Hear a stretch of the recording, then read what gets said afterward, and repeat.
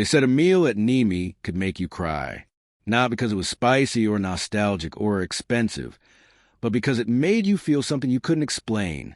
The restaurant sat tucked between glass towers in downtown Austin, a minimalist cube of black steel and mirror glass. No sign, no reservations. You were invited. Inside, the lighting was soft and gold, the air faintly perfumed with cedar smoke and citrus. Diners sat in silence, headphones on, as servers placed dishes before them one by one. Every table had a small glass or pulsing faint blue, a neural diffuser, according to the glossy brochure. It wasn't just food, it was experience. Each bite, a memory resurrected. One guest, a young woman in a sequin dress, took a forkful of the first course. Her eyes fluttered, then tears welled up.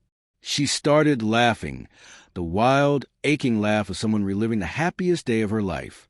"My father," she whispered. It's him. I can smell his workshop." The rest of the room watched, moved, transfixed. At the head of the open kitchen stood Dr. Elias Grange, the man behind the miracle. Late 40s, silver-streaked hair, eyes the color of wet concrete. He didn't smile often, but when he did, it looked rehearsed, like he knew people expected it.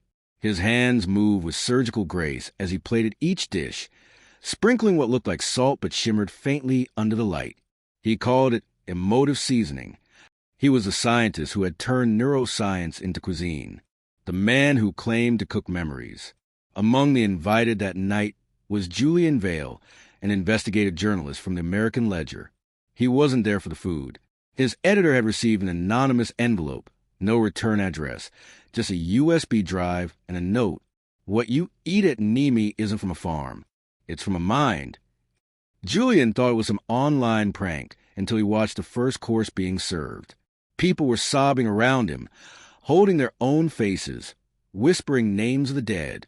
He wanted to believe it was suggestibility, group psychology, performance art. But then his dish arrived. It was called the Summer Orchard. A simple slice of pear, smoked duck, and a drizzle of something golden. He took a bite, and everything around him froze.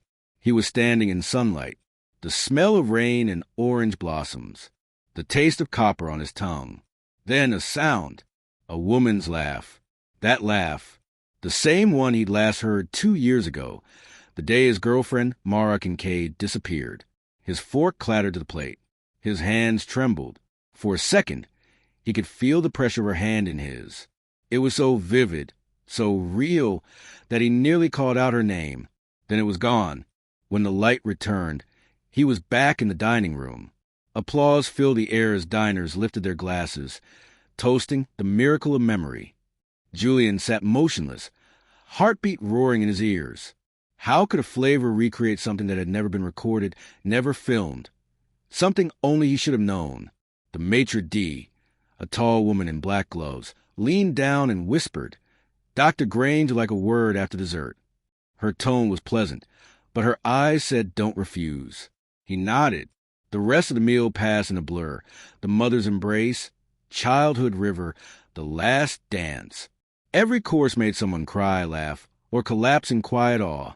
By the time dessert was served, a glistening sphere called Recollection Number 9. People were whispering that it was worth the $10,000 invitation price. Julian couldn't taste it. He kept hearing Mara's laugh. When dinner ended, the guests were escorted into a lounge that looked more like a research lab. Walls of translucent glass, rows of softly humming equipment, and that faint chemical tang that never belonged in a kitchen. Elias Grange stood waiting beside a refrigerated display case. Inside were dozens of seal vials, each labeled with a name: joy, grief, euphoria, fear. He greeted Julian with a handshake that felt both warm and calculated. "I trust the meal was evocative?" Elias asked. Julian's throat felt dry. That first dish, the memory it triggered, it wasn't mine. Elias tilted his head. Then perhaps it was someone else's. Memory, Mr. Vale, is like aroma. It drifts. It lingers. It infects. Julian forced a smile. "And where do you source these memories?" For the first time, Elias smiled back, not as a host, but as something colder. "Let's just say my ingredients are deeply human." Julian's recorder in his jacket pocket was still running. Later, when he replayed that conversation, he would swear he heard something faint in the background, a sound like breathing, muffled, rhythmic. Not from Elias, not from himself, from somewhere inside the wall. Before he could ask anything else, 2 staff members appeared behind him, hands clasped, smiling too perfectly. The meeting was over. Elias thanked him for coming, then whispered, "Some stories are best left untasted." Outside, the night air felt heavy. He lit a cigarette, hands shaking. Across the street, he noticed a restaurant service entrance, a single steel door with a red security light. A delivery truck pulled up unmarked, driverless. A robotic arm lifted a sealed crate stamped with a single word, Synapse. Julian watched it vanish into the dark loading bay. He didn't know it yet, but that crate contained the first proof that Mneme's cuisine wasn't just engineered. It was harvested, and somewhere beneath the restaurant, something alive was still breathing. Long before Mneme became a place of pilgrimage for the elite, before his name became synonymous with culinary neuroscience, Dr. Elias Grange was just another graduate student with too much curiosity and not enough restraint. He was 27 when his research first brushed against the forbidden. Back then, his lab partner was his younger sister, Clara, bright, tender-hearted, the only person who could make him laugh. Together, they studied neurogastric coupling, the way smell and taste could unlock stored emotion. Their mother had died young. Cooking was a language she'd left them. They believed memory could be recreated through flavor. But grief and genius are a volatile mix. Elias wanted more than remembrance. He wanted control. The Grange siblings' lab was buried in the basement of the University of Texas Medical Complex. There, amid humming freezers and glass jars of cultured neurons, Elias began mapping a motive resonance, the exact brainwave pattern that fired when someone recalled joy, sorrow, or fear. He called it MN01, the Memory Node Project. The first experiments were harmless. A volunteer would taste cinnamon, and electrodes would capture the brain's electrical signature. They learned that happiness had a rhythm, grief had a frequency. But soon Elias discovered something astonishing. When he replayed those frequencies through centrifugers, other people felt the same emotion. To most scientists, it was proof of empathy's neuromechanics. To Elias, it was the blueprint for manufactured nostalgia. Clara warned him, "You're not bottling memory." She said, "You're bottling people." He smiled. Exactly. Funding poured in. Investors wanted an experience that could make the world feel again, something to sell in a society addicted to numbness. Elias promised him the impossible, a meal that could resurrect lost moments. When the project drew ethical scrutiny, he found a loophole. Instead of recording living subjects, he began using post-mortem neural tissue, claiming it was organically donated. What he didn't mention was where those donations came from. That's when the accidents began. The night Clara vanished, the university was running a private demonstration for a venture group. Elias presented sample number 47, an emotive culture he said could reproduce the sensation of first love. The investors were euphoric, until the test subject began seizing violently. Monitors spiked, alarms blared, and Clara rushed to disconnect the electrodes. Witnesses said there was a flash, a smell of ozone, then silence. When the smoke cleared, Elias was on the floor, alive. Clara was gone. University records listed as equipment malfunction leading to fatal injury. But no body was ever recovered. Only a sealed containment vial remained on the counter, labeled MN Clara. Within a month, Elias resigned from academia. The lab was shut down. The investors vanished. And for 7 years, no one heard from him again. He resurfaced quietly under a new company, Mneme Technologies, LLC. What began as a boutique research startup evolved into a luxury dining brand. Elias reappeared in interviews, smooth and articulate, claiming he had merged neuroscience and gastronomy to evoke emotional recall through precision flavor mapping. The press called him the memory chef. He didn't mention that his signature process required living neural data.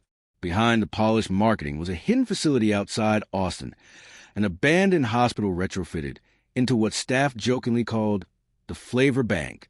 Each chamber housed nutrient baths glowing soft blue, containing what Elias calls synthetic taste cultures. They weren't synthetic. They were cloned from harvested human neurons. A former technician, never publicly identified, later told investigators that Elias insisted on one ritual before every batch. He would play a single audio clip to the lab speakers, a soft female voice saying, "You're home, Eli." While Elias built his empire, Julian Vale couldn't forget the dinner at Mneme. The pear and duck had triggered more than a memory. It had felt possessed. He spent nights replaying recordings of his conversation with Elias, slowing them down, amplifying the background hum. At 2:13 a.m. one night, he heard it clearly, a heartbeat monitor. Then, faintly, a whisper, his own missing girlfriend's voice saying, "Help me." He froze. Mara had vanished 2 years earlier after signing up for a neurological sensory study. The company's name on the consent form? Mneme Technologies. Julian's chest tightened. This wasn't nostalgia. This was evidence. He started digging. A leaked patent revealed that Mneme's neural flavor synthesis required organic neuronal substrates with active synaptic potentials. Translation: the flavor came from living human brain cells. Julian traced supply shipments to the old hospital site outside the city. Records showed 27 volunteers processed through a memory extraction program. None were ever released. Among the names was one that made him drop his pen. Mara Kincaid, test subject number 23. Meanwhile, Elias prepared for Mneme's most ambitious project yet, The Taste of Love, a multi-sensory showcase for global investors. In private notes later recovered from his office, he wrote, "True flavor requires consciousness. Memory is just the residue of life at its brightest point. To taste someone is to let them live again." He believed he was a savior, a curator of human essence. Every emotion bottled, plated, and sold to the highest bidder. Julian drove to the outskirts of Austin one rain-slicked night, headlights cutting through fog. The GPS led him down an unmarked road to a rusted gate stenciled with the Mneme logo, a neuron wrapped around a fork. Beyond it loomed the old hospital, its windows pulsing faint blue. As he stepped out of his car, the smell hit him. Not food, not blood, something sterile and electric, like a dentist's office filled with perfume. Through a basement vent, he heard humming, low, rhythmic, almost human, and underneath it, the faint sound of laughter, a woman's laughter. He raised his phone to record. The screen flickered once, twice, then froze entirely. Inside the vent, the laughter stopped. A single metallic voice whispered from the darkness, "Welcome back, Julian. We've been waiting to serve you." The storm had already swallowed the highway by the time Julian Vale reached the fence. Lightning cracked above the old hospital. The private facility Mneme had disguised as a culinary research lab. The sign on the gate had peeled with age, revealing older lettering beneath. St. Hildegard's Psychiatric Institute. This place hadn't healed minds. It had studied them. Julian ducked beneath the chain link, his flashlight beam cutting through the rain. The loading bay door stood half open, pulsing faint blue light. Inside, the air was cold and sterile, tinged with the same artificial sweetness he remembered from the Mneme dining hall. Only now it was stronger, thick, heavy, almost edible. He slipped down a corridor lined with glass panels. Behind each one floated what looked like human organs suspended in a glowing gel. But these weren't medical displays. They pulsed faintly, like hearts still clinging to some unseen rhythm. Each tank had a label etched into the glass, Emotion Sample Archive, Series 9A, and then one that made him stop cold. It read, Sorrow, Source ID CL01. CL, Elias Grange. He stepped closer. Tiny bubbles rose through the gel, and somewhere above, a speaker clicked to life. A soft female voice began humming, the same melody Julian had heard faintly during his dinner at Mneme. A lullaby, familiar, personal. He pressed his palm against the cold glass, heart hammering. Inside the gel, something stirred, a faint twitch, like an eyelid fluttering beneath the surface. Then a recorded message played, calm and mechanical. Welcome to Mneme Neural Vault 3. Please ensure containment seals remain intact. Memory degradation. results in emotional contamination. Emotional contamination. The phrase lingered in his mind like static. He kept moving. The next room didn't look like a lab anymore. It looked like a morgue. Rows of stainless steel tables stretched into dark, each draped in silver sheets. The air hissed with refrigeration. Julian hesitated, then lifted one corner of a sheet. The face beneath it was young, maybe 25, peaceful, a small scar behind the ear marked where an electrode had once been inserted. A tag at the foot of the bed read, Subject 24 Euphoria. Harvested. Julian stumbled back, hitting another table. The sheet slipped. This time, what he saw nearly stopped his heart. It was a woman with chestnut hair. A familiar gold leaf necklace glimmered at her throat, the one his girlfriend, Mara, had worn every day. For a moment, he couldn't breathe. Then, a monitor beside her flickered to life. Her neural activity, faint but present, pulsed across the screen. Not dead, not alive, sustained. Across the monitor were the words, Synaptic preservation active. Memory stream integration. Mara wasn't gone. She was inside the network, inside the food. Footsteps echoed down the corridor. Julian ducked behind a counter just as a door hissed open. Elias Grange entered, flanked by two technicians in white suits. Batch 10 is stable, one said, but we're losing coherence on the Clara strain. Elias's tone was sharp. Increase the glucose medium. Her signal must remain intact. She's the cornerstone. Without her, the flavor collapses. Julian listened, frozen. The man moved between tanks like a conductor before an orchestra. Calm, exact, deliberate. Every word was surgical. Every gesture rehearsed. Do you ever wonder what they feel? A technician asked quietly. Elias paused. They don't feel anymore. They replay. They are echoes, nothing more. And if those echoes remember you? A silence followed. Then Elias's voice softened, almost reverent. Then they forgive me. When they left, Julian slipped out. He moved through the rows of equipment, snapping photos of everything, the tanks, the tags, the names. His hands trembled so badly, he almost dropped his camera. One of the tags caught his attention. Clara Grange, the mother's embrace. Another, Mara Kincaid, the summer orchard. And then one more, Elias Grange, recollection number 9. He froze. That last dish had been dessert at the restaurant. The one every guest had praised. It had been grown from Elias's own neural tissue. The chef had literally served himself. Julian turned toward the exit, but before he could reach it, the door sealed with metallic hiss. Security lights flashed red. Containment breach detected. Neural specimen compromised. The automated voice echoed through the halls, calm and unbothered. Then came another sound. Footsteps. Slow. Measured. Mr. Vale, Elias's voice called through the intercom. You shouldn't have come here. Stories can be more dangerous than crimes. Julian's throat was dry. Where is she, Elias? Where's Mara? She'd been immortalized. Elias replied softly. Isn't that what people want? To live forever, even if it's only as a flavor. Julian grabbed a piece of metal tubing from a counter, the closest thing to a weapon he could find. He smashed it against a nearby tank. The glass exploded, showering the floor in fragments and gel. The liquid shimmered like mercury, spreading across the tiles. Inside the broken tank, the neural tissue twitched, alive. Do you know what happens when containment fails? Elias said calmly. They share their memories. They flood everything. It's messy. Julian felt warmth crawl up his wrist where the gel had touched his skin. His vision blurred. And then, for one impossible moment, he was someone else. He saw a corridor bathed in white light. He heard Clara's voice pleading, Eli, don't do this. The image vanished as quickly as it came, leaving only nausea and dread. The intercom blared again. System overload. Neural contamination imminent. Elias's figure appeared behind the glass, watching him.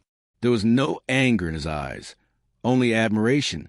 Now you understand, he said. My dishes don't just evoke memories. They are memories. You've tasted them. You carry them now. He pressed a button on the wall. Metal shutters began descending between them. Julian dove forward, sliding across the slick floor, barely squeezing through before it sealed shut. He sprinted down the corridor as alarms screamed and tanks began to rupture. Blue light flashed behind him. The smell of ozone and burning gel filled the air. He burst through the emergency exit into the rain. The hospital loomed behind him, windows flickering like lightning trapped in glass. Then came the sound, a chorus of voices, thousands of them, rising all at once. It was grief, joy, terror, love, every emotion, screaming in harmony. Then silence. The building went dark. Julian didn't remember driving home. He only remembered looking in his mirror and seeing his own eyes glowing faint blue in the dark. Something inside him had changed. Not just knowledge, not just fear. He carried a fragment of someone else.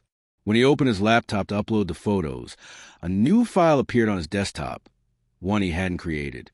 It blinked for a moment before opening on its own. A single line of text appeared across the screen. You are now part of the menu. Morning came like a glare on glass. Julian Vale hadn't slept. When he closed his eyes, he didn't dream, he buffered. Flash cuts of lives that weren't as jittered in his skull. A red bicycle with a crooked bell. Chlorine in summer. A hospital corridor and a woman's hand letting go. He woke with the taste of copper in his mouth and the certainty that his head was no longer private property. On his desk, the message still glowed on a laptop screen. You are now part of the menu. He shut the lid and waited for silence to feel like safety. It didn't. The burner phone buzzed once. Unknown number. A text. If you want proof, come alone. East Side Garage. Level 5. 10 a.m. No signature. Just a Mneme logo. A neuron wrapped around a fork. Julian went. The garage was the color of rainwater. Concrete stacked on concrete. The smell of steel and oil. A woman stepped from behind a pillar, hands tucked inside a lab coat that didn't belong in any parking structure. 30s. Tired eyes. Pale knuckles. I'm Rhea, she said, voice low. I kept your girlfriend's heart beating. Julian's mouth went dry. Mara. Rhea nodded. Test subject 23. The world tilted. Is she alive? Not in any way that counts. Rhea reached into her coat and slid a key card across the cement. I worked the night shift at the vault. Palliative oversight, they called it. It was ventilators and perfusion. The bodies don't eat. The brain does. Julian swallowed. Why help me? Rhea's jaw tightened. Because I fed people pain and called cuisine. Because he told us we were preserving souls. And I wanted to believe him. And because Clara sang to me when the lights went out. The name cut through him. Clara Grange. She's a cornerstone strain, Rhea said. Her neural signature keeps the other emotions coherent. Without Clara, everything falls apart. She glanced at the stairs, jittery. He keeps a private chamber. Not on any map. If you find it, you'll understand what he really is. How do I get in? Rhea tapped the key card. Service elevator at the restaurant. It runs to an off-menu floor. There's a showcase in 48 hours. Mneme's 100th dinner. Investors. Press. If you want to kill him, you do it in front of his believers. I don't want to kill him, Julian said. I want to end the hunger he made. She almost smiled. Then make them taste what they paid to ignore. Will you testify? Rhea shifted, fear leaking through her composure. I won't live that long if he knows I spoke to you. She took a breath anyway. There's one more thing you need to know about Clara. What? She isn't dead. The sentence landed like a fall. Rhea's voice went hoarse. He calls it drift status. Coma, technically. Enough cortical activity to scaffold the others. He talks to her, Julian. He plays her childhood lullaby and whispers that he's saving her. He asks her to forgive him. Julian stared at the gray light pooling on the garage floor. He felt something move behind his ribs, as if a door had opened inside his chest and a draft came through. Clara, he whispered. A shiver traveled up his spine, bright and blue. A voice that wasn't Mara's rose in the dark of him. You're late, Eli. He staggered back against the pillar, eyes burning.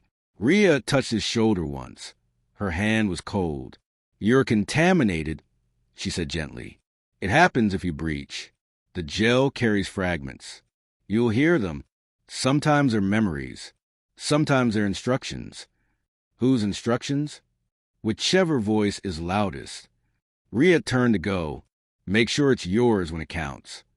On the other side of the city, in a room that looked like a chapel built by a surgeon, Dr. Elias Grange prepared Payne for plating. The chamber was small, immaculate, white tile, silver fixtures. An enormous pane of glass divided the room. On one side, the chair. On the other, the console. In the chair sat a woman, in a gray sweater with sleeves frayed at the thumbs. Early 30s. Eyes that tried not to look afraid. "Alicia Park," Elias said, reading the intake. 32. Severe anhedonia following loss of child. You signed up because you want to feel love again. Alicia nodded, eyes locked on the floor. "Just for a minute," she breathed. "I want to remember that it's possible." Elias moved with priestly gentleness. He fit the electrodes to her temples, as if crowning her. "It will be more than a minute." "Is it going to hurt?" "Only at first," he said. "Then it will be beautiful." He turned to the console and keyed in the protocol. The wall hummed to life with a slow, pulsing light. "You'll hear some music. Relax your jaw. Don't blink unless you have to. Let the memory rise." "You promise?" "I promise," he said, and believed his own lie because it made the next part easier. The lullaby began, gentle, exact, the melody he and Clara had heard beneath their mother's kitchen window. Alicia's eyes unfocused. Her breath hitched. Elias watched the monitor. Spikes, ridges, then a shape he knew well, the waveform of light breaking on water. "Do you see her?" Elias asked.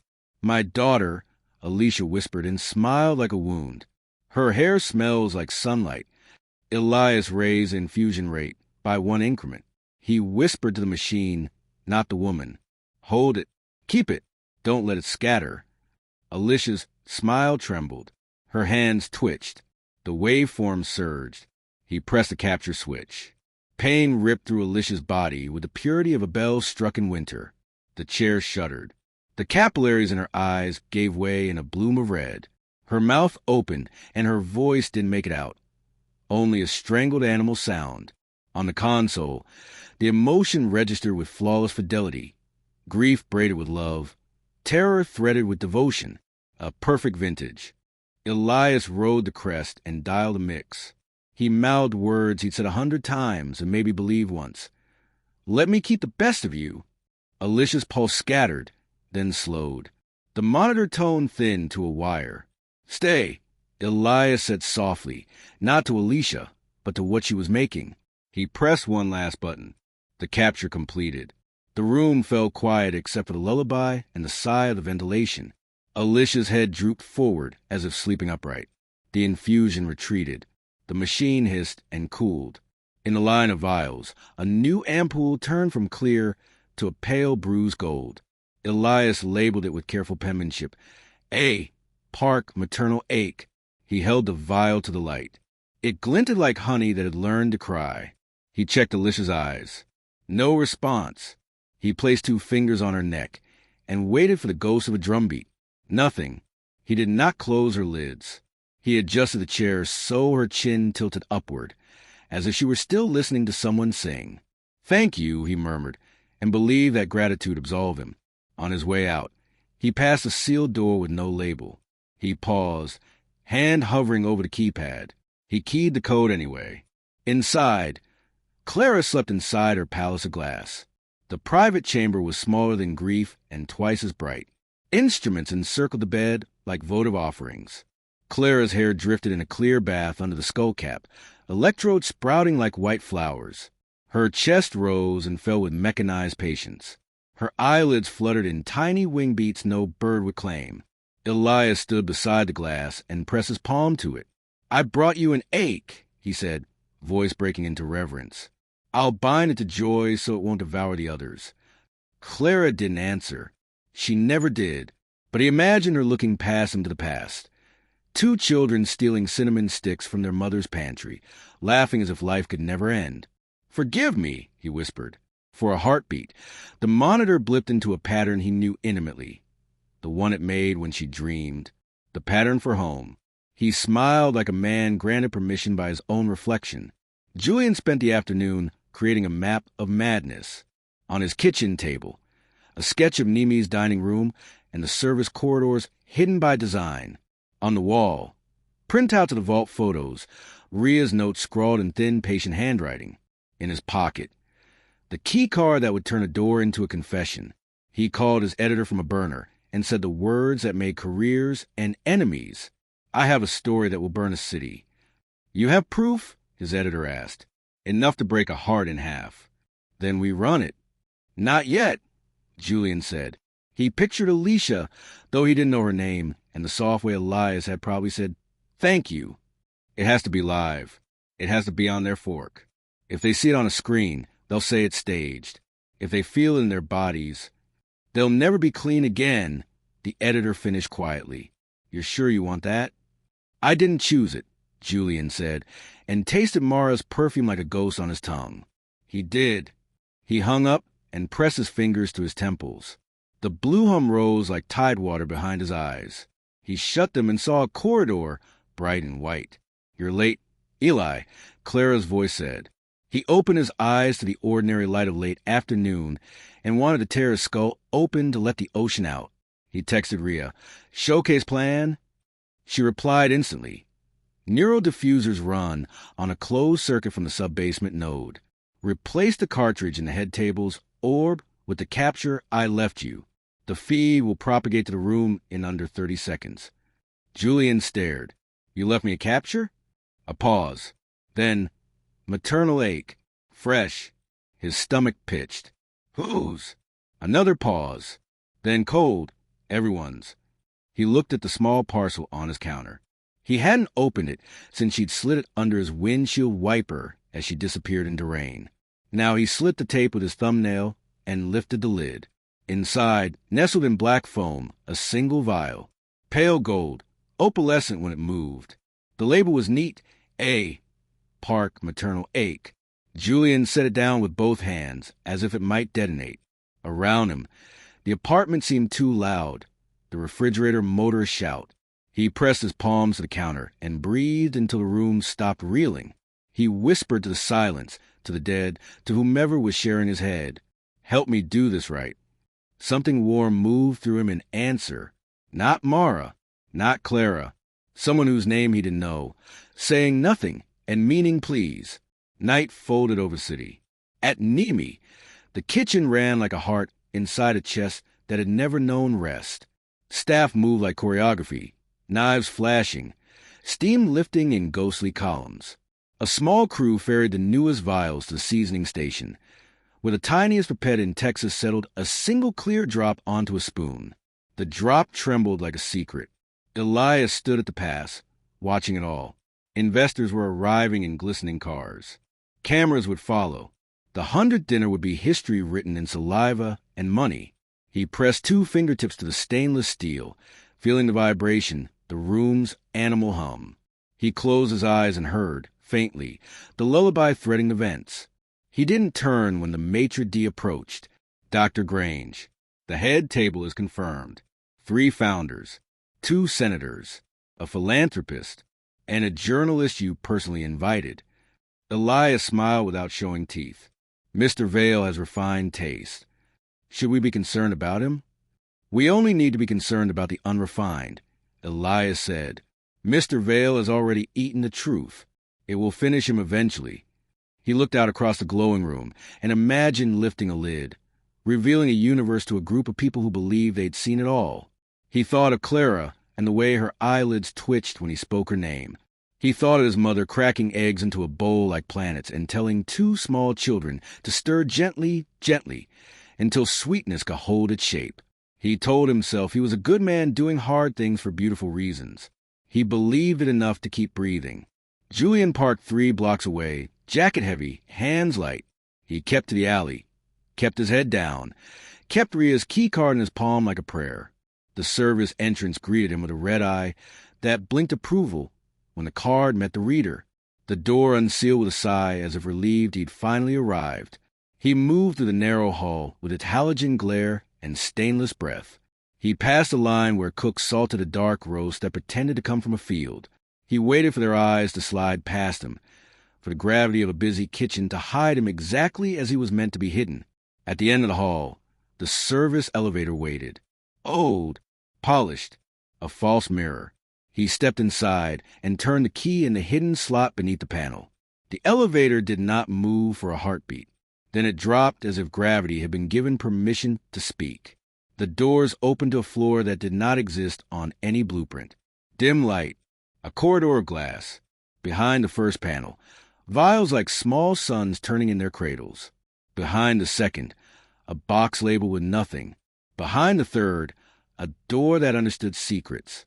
Julian held the vial Rhea had given him and felt the world balance on the size of a raindrop. He slid it into his pocket and walked toward the final door. His reflection walked with him, pale and blue-eyed, wearing a stranger he recognized as himself. He pressed the key card to the reader. The lock clicked like a trigger. And somewhere above, in the dining room where power had come to taste its own reflection, the neural diffusers warmed, ready to miss a room with whatever story the kitchen chose. Julian stepped through the door to choose for them. He expected cold. He found quiet.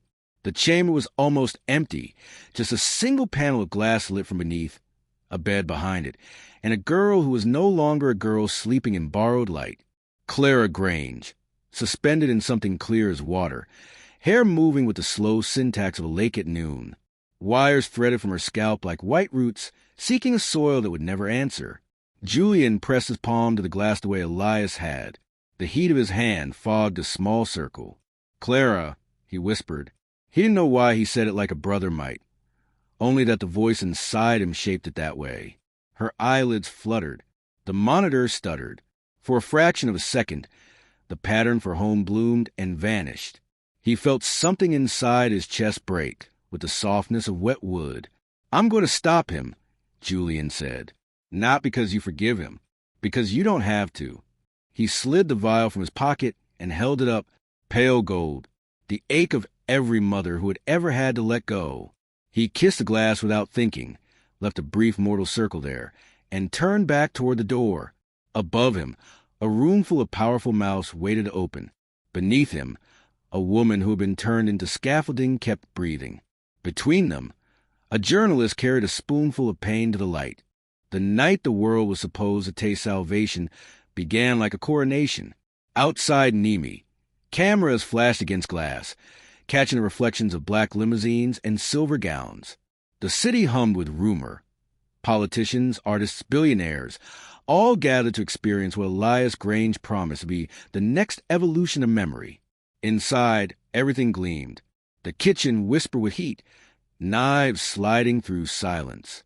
Waiters stood like sentinels. Above them, 100 golden orbs pulsed with faint light. The neural diffusers, their glow synchronized like a heartbeat waiting for release. At the head table, under a cascade of light, Elias Grange raised a glass. His eyes were calm, almost merciful. "Tonight," he said, "we celebrate the fusion of life and memory. Tonight we taste the soul." Applause swept the room. Every oar began to hum.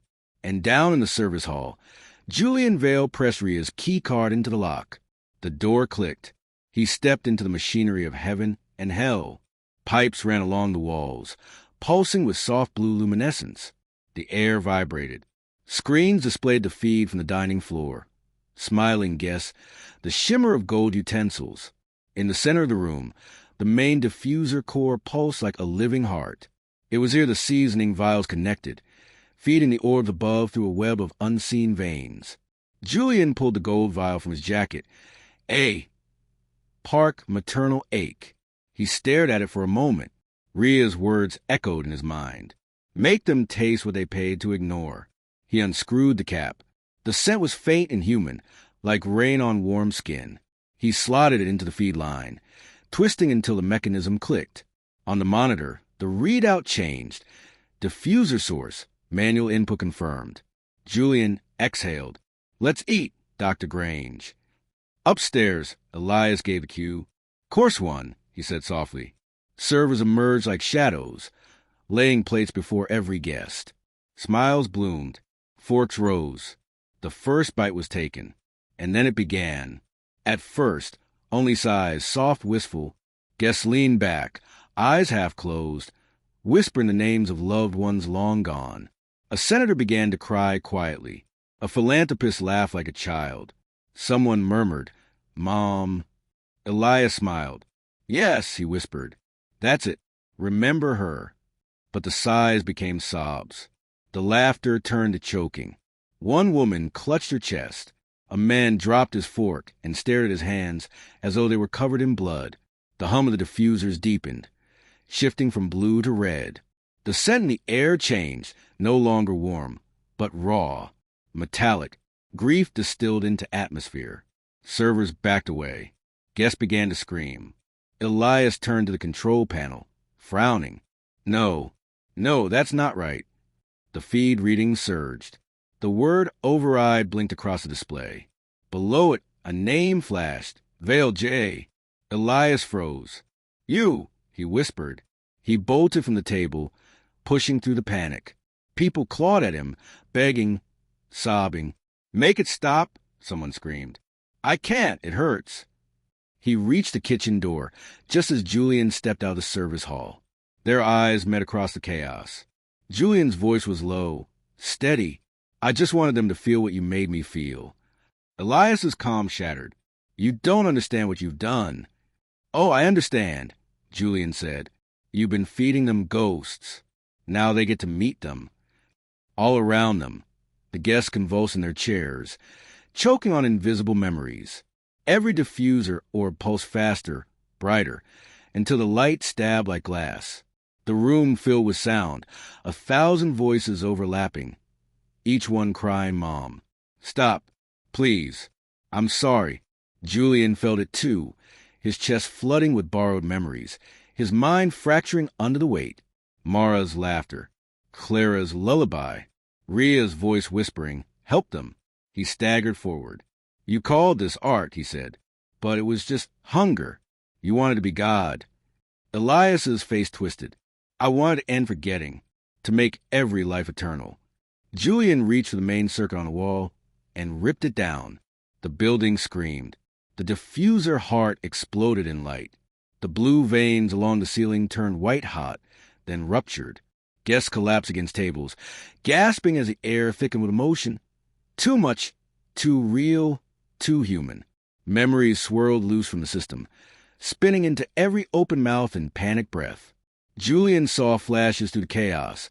A soldier's death, a mother's first breath, a girl running through a field of orange light. It was everything Elias had stolen, released all at once. The floor split with the sound of something alive breaking free. Steam and electricity filled the air. Through it all, Elias stumbled toward him, shouting over the noise. "She's still down there," he yelled. "Clara, if you shut it off now, she dies." Julian hesitated. "She's not alive," he said. "You made sure of that." "She's dreaming." Elias screamed. "She still dreams of home." Julian closed his eyes. In the static of his mind, Clara's voice whispered one last time, "Let me go, Eli." When he looked back, Elias had already turned, running toward the basement elevator. Julian chased him. The power flickered as the elevator descended. Sparks fell through the shaft like fireflies. When the doors opened, the air was full of white mist, the neural gel evaporating into fog. The chamber where Clara slept was half submerged in liquid light. Elias stumbled toward the glass capsule, hands bleeding from broken glass. "Stay with me," he pleaded, pressing both palms to the pane. "Please stay." Her eyes moved behind her lids, dreamlike. The monitor screamed warning after warning. System collapse. Core breach. Julian stepped forward. "You said you wanted her to forgive you." Elias didn't look back. "She already has." Julian raised emergency override. "Then let her prove it." He pulled the lever. The chamber hissed. The life support line ruptured. The light inside the glass flickered, then dimmed. Elias pounded the glass.